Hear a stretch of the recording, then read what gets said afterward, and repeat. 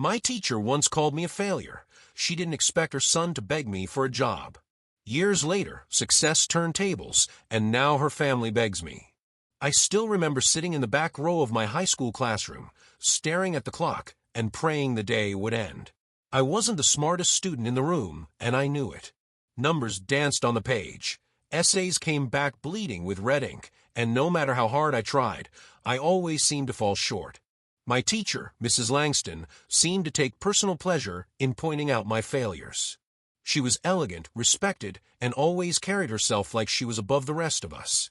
The day she humiliated me still plays in my head like a cruel recording. I had just failed a math test, and she held it up in front of the class, shaking her head. "This," she said loudly, "is what happens when you don't try. Some people are destined to succeed, and some are destined to, well, end up like him. A failure." The laughter of my classmates cut deeper than her words. I wanted the floor to open up and swallow me whole. That single word, failure, stuck to me like a brand I couldn't peel off. I walked home that day with my head down, fists clenched, and a voice inside me whispering that maybe she was right. But anger has a way of lighting a fire where shame once lived. That night, something inside me shifted. If Mrs. Langston wanted me to be a failure, then I would make it my life's mission to prove her wrong. And I did.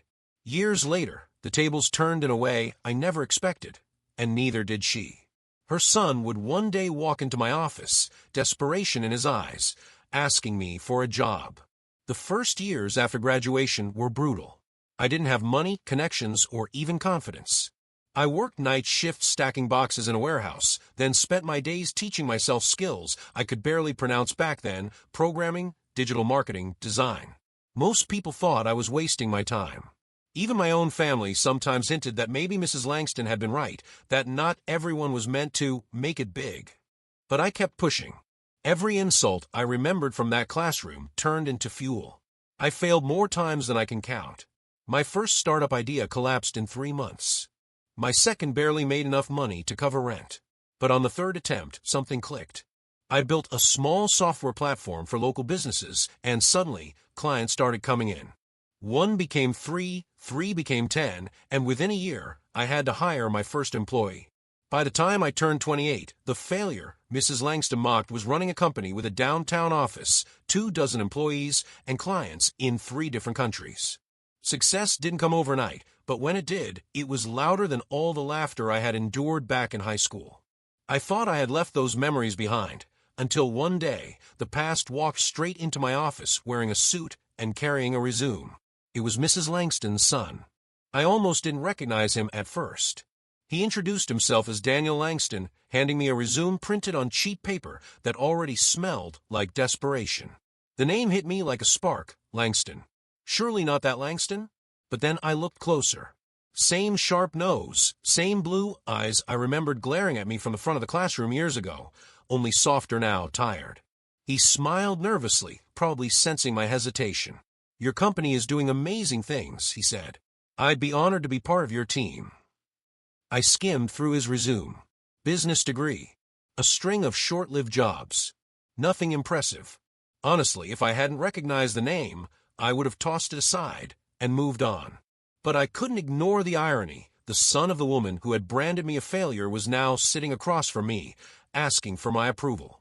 I leaned back in my chair, studying him. He didn't seem arrogant. In fact, he looked like someone who had been knocked around by life a few times. Still, I couldn't stop the memory of his mother's voice echoing in my head. Some people are destined to be failures. "Tell me," I asked slowly, "what made you apply here?" Daniel shifted uncomfortably. "Honestly, I've been struggling to find stable work. I heard your company is growing, and I need a chance." The words hung in the air, heavy. For the first time, I felt the taste of victory, not over him, but over the ghost of his mother's words. That night, I couldn't sleep. I kept replaying the scene in my head. Daniel Langston, the son of the woman who once made me a public example of failure, sitting in my office asking for a chance. Life really had a dark sense of humor. The next morning, I made a decision.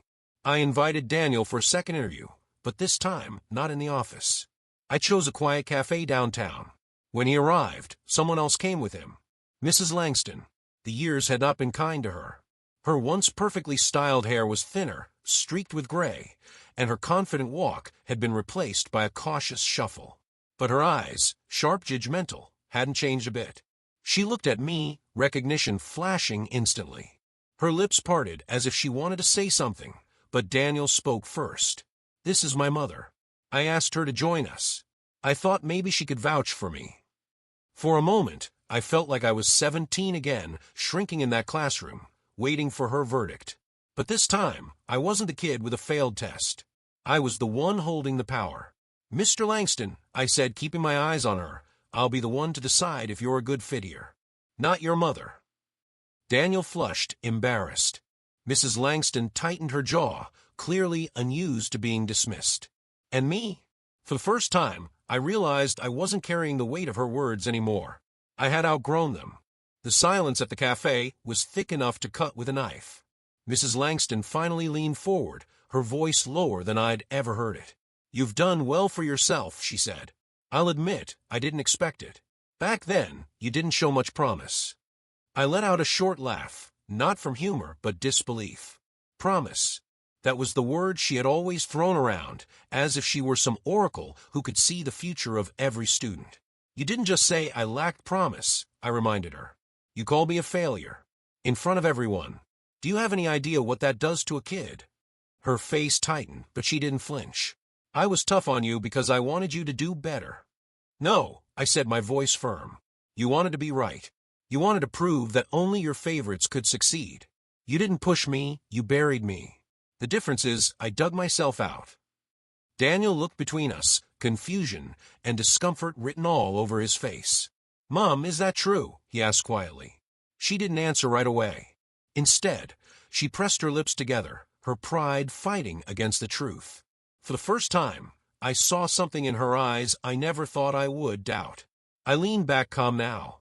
"The irony is your son is here today because I didn't stay the failure you said I was." Her silence was the closest thing I'd ever get to an apology. Back at the office, Daniel sat nervously across from me. The tension from the cafe still hung in the air, but now it was just the two of us. He looked younger than his age somehow, stripped of confidence, waiting for my decision. "I'm going to be honest with you," I said. "Your resume isn't impressive. You've jumped from one job to another, and I don't see a clear direction. Why should I take a risk on you?" He swallowed hard. "Because I need to prove myself, like you once did. I know I've made mistakes, but I'm willing to learn. I just need someone to give me a chance." The words hit me in a place I didn't expect. They sounded eerily familiar, like the silent plea I once carried in my chest when no one believed in me. For a moment, I saw myself in him. Not the privileged son of my old teacher, but just a man trying not to drown. I tapped my fingers on the desk, weighing the decision. Part of me wanted to reject him out of pure satisfaction, to make him feel the sting of being dismissed. But another part of me, the part that had fought for every inch of progress, knew better. "Fine," I said finally. "I'll give you a trial period. But understand this, you're not here because of your mother or your name. You're here because I'm giving you the chance I wish someone had given me. Don't waste it." His shoulders sagged in relief. "Thank you. I won't let you down." I wanted to believe him. The first weeks with Daniel on the team were complicated. He showed up on time every morning, suit freshly pressed, trying his best to look the part. But behind the polished image, I could see the cracks. He asked too many basic questions, stumbled over tasks that junior staff could handle with ease, and sometimes looked completely lost. The rest of the team noticed. One afternoon, I overheard two of my senior developers whispering in the break room. Why did he even hire this guy? No clue. Must be some kind of favor. I felt the weight of their judgment pressing on me. Had I made a mistake? But then something happened. Daniel stayed late one night, long after everyone else had gone home. I passed by his desk on my way out and saw him hunched over, eyes red, trying to finish a project that he had botched earlier in the week. When he noticed me, he looked embarrassed. "I know I'm behind. I don't want to waste the chance you gave me." For the first time, I saw something that reminded me of myself at his age, raw determination wrapped in self-doubt. I didn't praise him, not yet. But I walked back to my office, strangely hopeful. Maybe he wasn't as hopeless as he seemed. The irony wasn't lost on me. His mother had once convinced everyone I was a failure. Now here I was, silently rooting for her son not to become one. Over the next few months, something shifted. Daniel stopped asking the obvious questions. He started staying late without me noticing, and sometimes his solutions surprised even the senior staff. He wasn't brilliant, not yet, but he was improving. One afternoon, as I reviewed the latest client reports, I noticed his name attached to a project that had turned out better than expected. Clean, efficient work. I couldn't help the small smile tugging at my lips. But just when I thought things were settling, the past resurfaced. Mrs. Langston showed up at my office unannounced. She walked in like she owned the place, ignoring the receptionist's protests, her heels clicking sharply against the floor. My stomach tightened. "Mr. Turner," she said, using my last name with that same cold formality I remembered from school. "I'd like a word." I gestured for her to sit, though every nerve in me wanted her gone.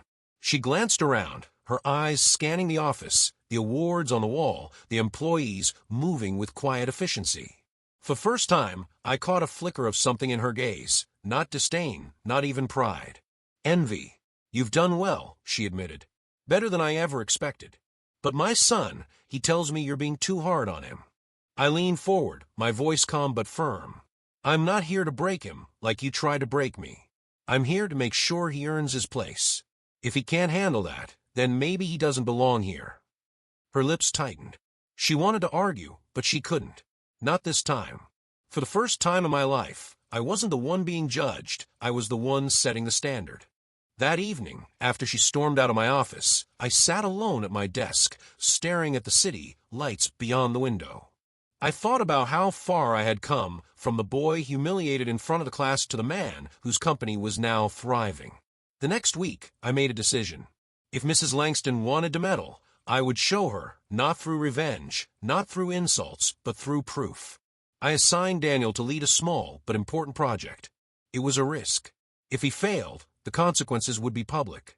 But if he succeeded, no one, not even his mother, could take the credit. Daniel worked harder than I had ever seen.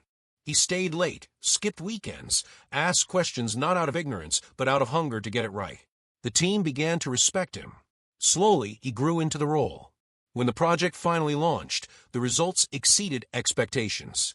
The client was thrilled. My employees congratulated him. And Daniel, flushed, smiling awkwardly, came to my office afterward. "I just want to thank you," he said quietly. "Not just for the job, but for believing in me when, honestly, I didn't even believe in myself." I nodded, feeling something heavy lift off my shoulders. "Don't thank me. You earned it." Later that week, I saw Mrs. Langston again. She was waiting outside my building, clutching her purse like a lifeline. Her expression was unreadable, pride tangled with discomfort. "You turned him into someone I barely recognized," she said. "I suppose I owe you for that." For the first time, the teacher who once branded me a failure looked at me not from above, but eye to eye. I stood there for a moment, watching the woman who had once defined my life with a single cruel word. Part of me wanted to tell her everything I had carried all these years, the nights I cried, the mornings I forced myself out of bed just to prove her wrong. But I didn't, because the truth was I no longer needed her validation. I had built my own. "I didn't turn your son into anything," I said calmly. "He did the work. All I did was give him a chance, something you never gave me." Her lips parted, but no words came. For once, Mrs. Langston had no lecture, no sharp remark. Just silence. I walked past her into the night air, feeling lighter than I had in years. I wasn't that boy in the classroom anymore. I wasn't the failure. I was a leader, a builder, someone who created opportunities not just for myself, but for others. And maybe that was the greatest revenge of all, not her son begging me for a job, not her envy of my success, but the simple fact that I had outgrown the label she tried to pin on me. I wasn't a failure. I never was. I was just waiting for the right moment to prove it. And now the world, including her, could see it.